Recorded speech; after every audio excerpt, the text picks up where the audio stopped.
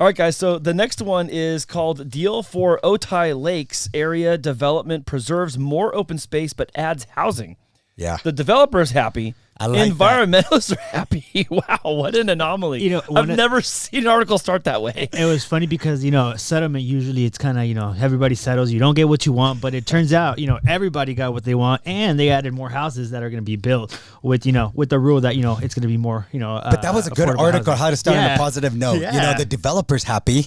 Environmentalists are happy. It's like, okay, what about the community? Are we going to be happy seeing all these homes? You know what I mean? That's going to be a different take. Yeah, see that. So that's the thing. That's the funny thing about this is that the posture right up front is like, yeah, everyone's happy. They got something in the deal they want. And I'm sure both sides have to maybe give up something a little bit, or include something they didn't want to. So on the development side, oh, you want us to do more of this or more of that? Okay, if that's what it takes to get the deal done, sure, we'll add that in, or add that to the list to build or make. And then on the environmental side, it's like, oh, well, we have to give up this much space, or we'll have to only move this line over there. So I know both sides had to give up something, but at least they're both satisfied with the result. Yeah. And I think that is a long time coming, because this thing's been happening, or this conversation's been open for many years. Well, let's put it in perspective. When I first, I lived in Chula Vista, off of 3rd Avenue and Palomar. It was older Chula Vista. And when they opened all this up, when I would go to Southwestern College, it was only a 2-lane road.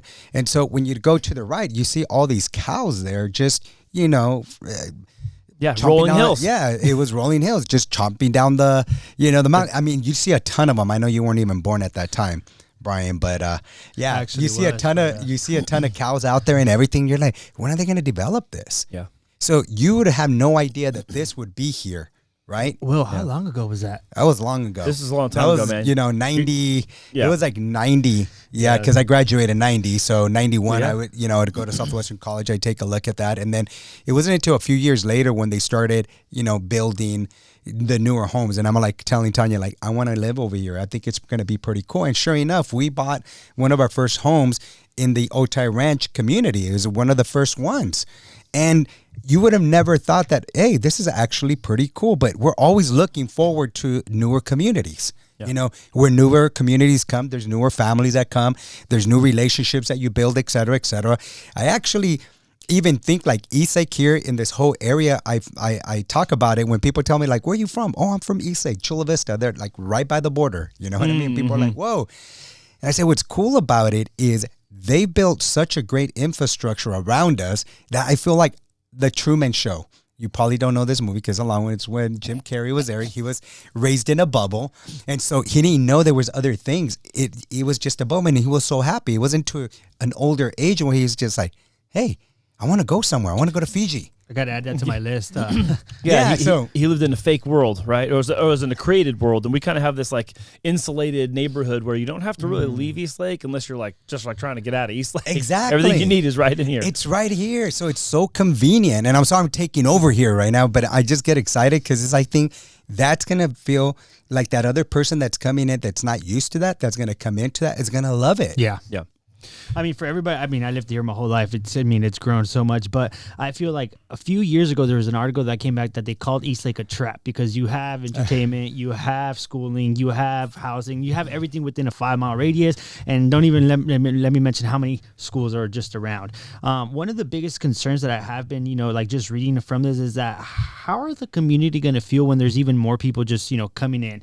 And there's only one way to get out to the Otay Lakes, and in the exact location where they're going to be, doing this development is literally right in front of the Otay Lakes, where it was just a few weeks ago burning down. Yeah. So it's very interesting to see how that 2-lane road that goes out after you pass the Otay Ranch and all the Eastlake, how are they going to go ahead and get people to go through there in masses, up and down? That's going to be really interesting. It's in the same way they did it when it was Telegraph Canyon Road, and it was one lane in each direction. Now it's 2 lanes in each direction. It's eventually going to be 4 lanes in each direction over there, and then it'll be more lanes over here on the east side. But, this is one of those situations where you're going to have people that are excited about it, people that are angry about it, and people that are probably going to be like, oh, I'm out of here because of it. They're like, I don't want, they're talking about 2,750 additional housing units. Now there are probably going to be some townhomes, condos, or mixed use kind of stuff. Not mixed use, multi-unit kind of stuff out there, because they can't just put, I don't think that's enough room for 2,700 SFRs. But they were able to get the amount of preserved acres up to 1,400. So the preservation is increased from 1,100 acres to 1,400 acres, which is great. Yeah. But I think what I'm getting at is that the density is really what's going to cause, I think, the frustration for people. Already in the Facebook group this was announced in the East Lake residents group. I can only imagine. People, there's like these pictures already, and like you see like the angry emoji, just like with the furrowed brow and the red face, like. So in the first 24 hours, I think I saw like 155 comments, and I was like, okay, we have to talk about this because obviously we're going to have our own opinion about it. But the neighborhood's already talking about this, you guys, good and bad. Yeah. One of the good things I saw was like, hey, if you came to this place in the last 5 or 10 years, remember that there are people who felt this way about you coming here too. And exactly. Now you're the one throwing, don't throw stones at glass houses. And it's like, hey, now you're saying you don't want other people to come. And okay, we get that, but also like remember where you came from as well. Well, here's the thing, right? We need homes. We're short 5 to 6 million. And that's not even accounting the dilapidated homes that we have nationally. So if we're building here, one, we get all these disgruntled homeowners when we're building ADUs. Right? Now we're building over here. It's like, where are we going to house the people that need housing?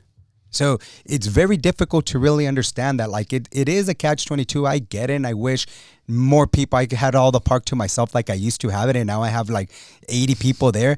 But it's like, we're not going to always have it our way. It's a fact that our population continues to grow. Every 50 years, it's going to double. So where are we going to put these people? We have to start identifying, like, where do we find homes for them? I'm glad you brought that up because on one of our previous videos that we had talked about, this is from a while back, but someone had made a comment just a couple days ago. It was like, you guys are just about greed and profit and you don't care about anything else. But the person commenting made no reference to a solution of where to house all the people who are going unhoused. Yeah. So it's like you can say that because it's easy to type and you have your thumb exercises, so you can type in comments with anger. But then if you don't have a solution for to house people, like don't make a one-sided argument at me. And so I know it's the comments box. I'm not trying to like get my hair on a fire, but I'm saying it's like people will make those comments when we're having these conversations like this, but also offer no solution. Yeah. So it's really just a complaint. Like, oh, you care about greed. Well, no. Do you make money doing loans? Yeah. Do they make money making development? Yeah. Are they preserving land? Yeah. But you're not even offering a solution on how to take care of people that are living 3 families to a home, 2 families to a home. That's not going to go on forever. Yeah. That's not going to work forever either. And so there has to be a solution. The only solution is more shelter. Yeah. So how do you make more shelter without profit? I don't know. Maybe that's what you do, and maybe that's why you wrote it in our comment box. I have no idea, lady. But that's something that you're going to have to address, or at least be honest about when you're making comments like that. Yeah. I mean, some people just like to stir up the pot. Probably got too much time on their hands. For me, here's the thing. We welcome in, I didn't think I was going to have so many grandchildren. I got 4. Now another one in the way. The families do grow. They're going to need this space where to go. And so, like, where are we going to put them at? Your kids, when your kids go, and I mean, I'm hoping that you're alive to see and they have their kids. Where are we going to put them? Stuff them at the ADU at Brian's place. Hey, I'm just hoping by that time all this gets figured out, and they've and here's the other thing. Having more properties is going to allow for prices to start settling down, That's what we'll have. Right now, the reason why we continue to see home prices going up is because the lack of inventory. So we need more inventory to stabilize prices. And that's what a lot of times we also don't understand. Yeah, and I think as soon as they start actually, breaking ground and going out there, a lot of people are going to start seeing that prices might start taking a little bit of a dip because they know that inventory is coming. So it's like, they're going to be a little upset right now, but once houses are a tiny bit more affordable, it's going to be a lot more easy for people to be able to purchase those houses, get into a good community, and be able to have, a good life. And I think the hope is that if they are, so if I'm just going to try to put some pieces of the puzzle together here, if they're going to do, let's say, more dense housing, it's going to be some sort of thing, something like condos, some apartments, and some townhomes, which then maybe that entry-level cost is a little bit more affordable and approachable for that married couple. Maybe they have a kid, maybe they have 2. But if they're married and they're both working, I think this is where you're going to see an opportunity for people to get into homeownership in this neighborhood where broadly, unless you're kind of, let's say, more established as upper middle class, it's hard to get in a $900,000 starter home or even a $700,000 starter home. So I'm hoping that when we get inventory, that it is approachable for those first-time home buyers in the traditional sense like we used to talk about. Well, the article does mention that, Andy. It says one of the things we like about this project is that it's likely to provide more of the kinds of housing that are affordable to the greater number of people. at Hogan. And I should have phrased it. I just didn't like the likely. You know, we could have done without that, but most likely they always. The cool thing about these planned unit developments in the area, they have to bring a certain amount of affordable housing in place. So that's a good thing. Yeah, already. I think I should have said I'm hopeful that that's what occurs. It's always planned, and it's always like this is what we hope to happen. Like, but I hope it happens because it's really one of the missing things that's happening just in the economy at large is. You have to go, generally speaking, most younger people have to go somewhere else to get their first-time home at $250,000 or even $300,000. Median home price around $400,000 still is out of reach for a lot of people when they're right out of college, having their first job, or they're in their mid-20s and they have 2 jobs and no kids. Like it's still a little bit out of reach. So absolutely, especially here in San Diego, when you're talking about the median sales price of a home is $960. Where most people going to even purchase a home? It's not going to get any easier. Yeah. So I just think so. I guess in my where I'm at right now, kind of in the first 48 hours of this article, is like, okay, well, I guess I'm excited that we have some development happening. That's great. We've been talking about inventory forever. So how could I be not excited about that? I'd be like going back on everything we've been barking about for 2 years. And then we have, there's going to be problems. Like there's going to be, yes, we have great infrastructure here, but there's going to be a lot more congestion. That's going to be an issue with some people. But I am still on the other side hopeful that this opens up housing as an opportunity for young folks. It's That's just crazy. I'm grinning because it's just like, I knew we're going to build right close to Donovan, and there it is. Yeah, Donovan Prison is going to be right there, So we're going to pay a premium lot for having the view of. But you'll get to see the pretty lights at night. Maybe the lights are going to light you up and you have a nice. It's just pretty crazy. You have a nice, nice HOA is actually going to pay for the lights there. Probably. So, but we knew that was coming. But with Brian, we talked about millennials and millennial home buyers, like in Brian's age category, where like they're like the fastest segment or fastest growing segment of homeowners. I think that's kind of where I think this is a good hand in glove kind of situation. So one of the things that I'm curious to see, and I mean, it's going to be a huge, I think, just disaster is insurance. Let's see how insurance goes. Well, I'll put it this way. It's going to be great for the person that does it. Yeah, I know. Because they're going to write all the policies. So it's kind of like if you're left to be able to take the business that's there, then you're going to get it.